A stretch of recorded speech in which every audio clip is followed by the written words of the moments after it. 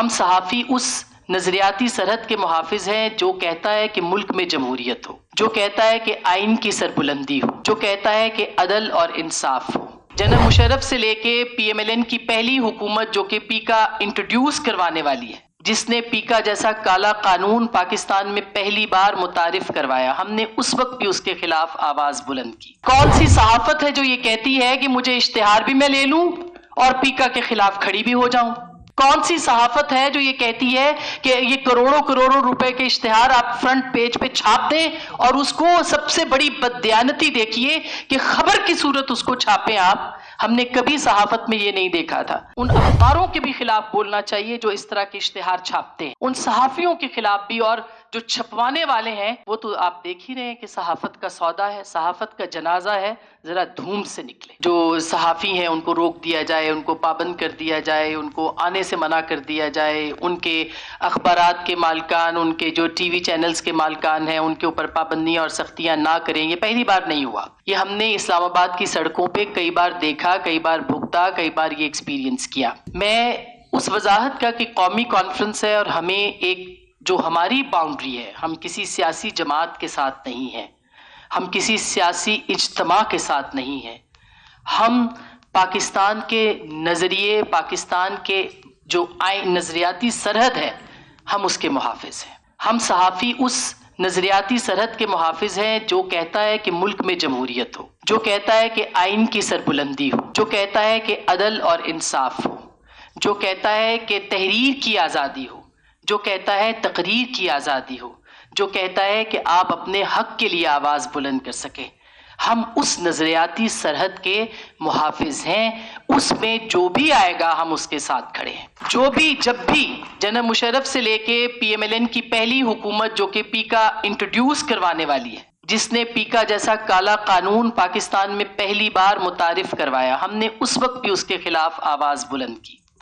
پھر پاکستان تحریک انصاف جو اس وقت ہمارے ساتھ تھی جب پیکا کا قانون نون لیگ لے کے آ رہی تھی اور وہ کہتی تھی کہ ہم اس طرح کے سارے قوانین کو ختم کریں گے، جب انہوں نے یہ قانون پاس کیا ہم نے ان کی مخالفت بھی کی اور ہم نے یہ کہا کہ یہ قانون آپ کے خلاف استعمال ہوگا، اور آپ نے دیکھا کہ ان کے خلاف استعمال ہوا۔ ہمیں وہ دن بھی یاد ہے کہ جب ہمارے کیمپس کے اندر شہباز شریف صاحب جو وزیر اعظم پاکستان ہیں آج، بلاول بھٹو صاحب جو کہ اتحادی پارٹی کے سربراہ ہیں، وہ ہمارے کیمپس میں آئے۔ محمود خان اچکزئی صاحب تو ہمیشہ آپ کو پتہ ہے اپوزیشن میں رہتے ہیں، تو ہر کیمپ میں رہیں گے ہمارے ساتھ، تو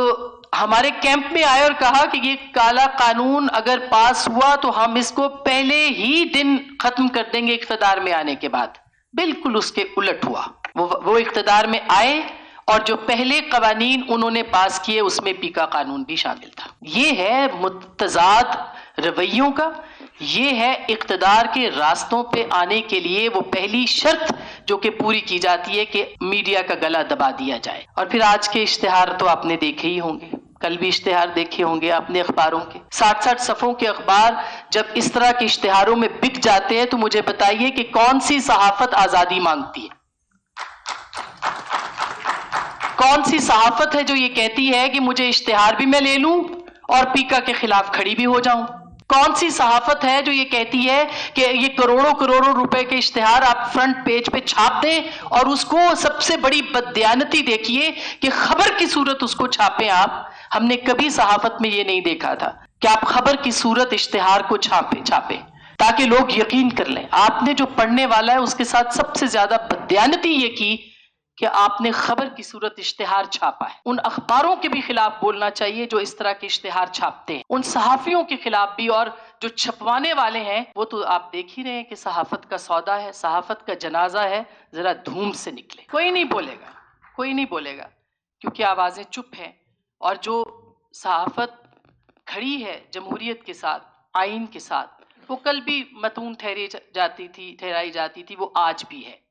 مگر یہاں چلتے چلتے ایک بات ضرور کہہ دوں، فیک نیوز ایک بہت بڑا مسئلہ ہے، فیک نیوز ایک پرابلم ہے، اور فیک نیوز کے سہولتکار بھی سیاسی جماعتوں میں اور صحافیوں میں موجود ہیں۔ فیک نیوز کے سہولتکار فیک نیوز پھیلاتے ہیں، پروپیگنڈا کرتے ہیں،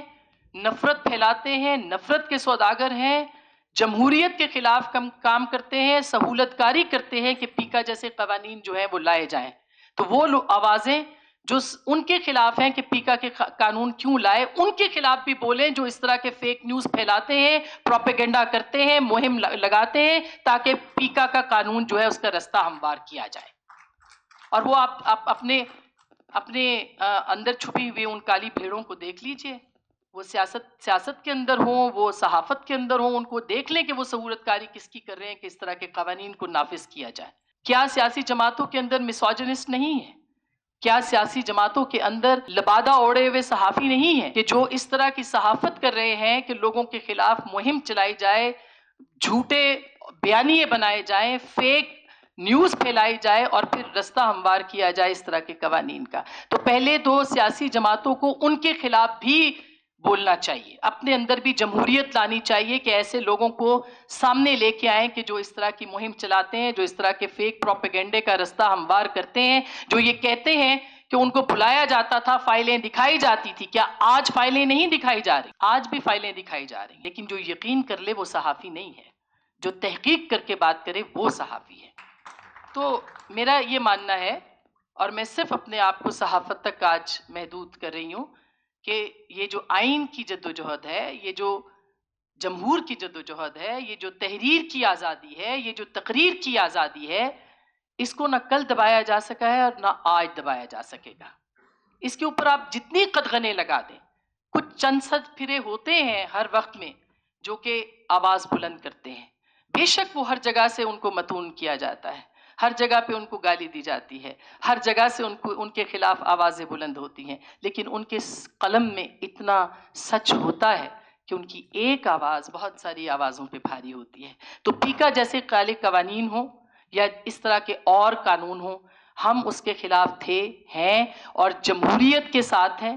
جمہوریت کے ساتھ اپنی ذاتی پسند ناپسند کے خلاف ان جماعتوں کے ساتھ، اس نظریے کے ساتھ ہیں جس کے ہم محافظ ہیں، پاکستان کی نظریاتی سرحد کے، یعنی آئین کے، جمہوریت کے، آزادی رائے کے، انسانی حقوق کے. کل بھی تھے، اب بھی ہیں اور ہمیشہ رہیں گے.